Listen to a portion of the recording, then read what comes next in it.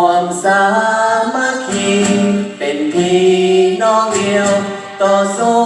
เด็ดเดียวสร้างชีวิตใหม่เมฆมืดผ่านไปสีสดใสต่อมาแค่นี้ดินแดนแห่งนี้สุดที่ลำคาเพื่อตั้งโคเป็นหาเด็กทุนให้คนสื่อสารสู่สนตามแค่ไทยดีเหตุผลปล่อยนี้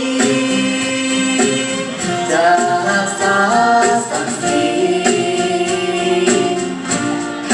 รักษามีไปได้ทั่วดินลาว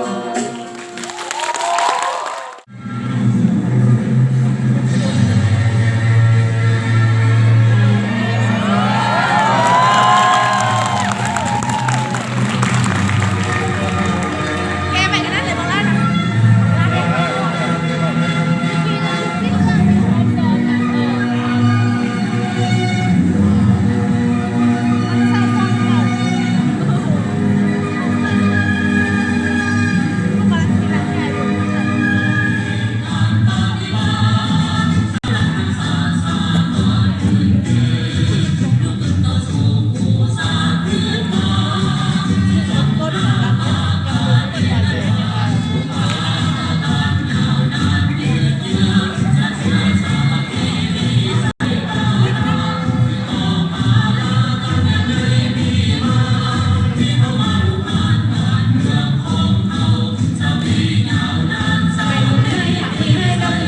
trong bảy mươi năm trở thành ngày chiến thắng vĩ đại trong lịch sử đấu tranh giải phóng dân tộc, ngày mà tất cả người dân Lào tự hào về đất nước đã được độc lập tự do, người dân hoàn toàn làm chủ đất nước, được các nước trên thế giới công nhận nền độc lập tự do trở thành ngày hòa bình,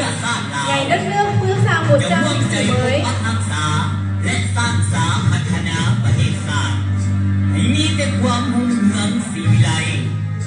ให้หากมาเทมาจะตีให้มุนทลาย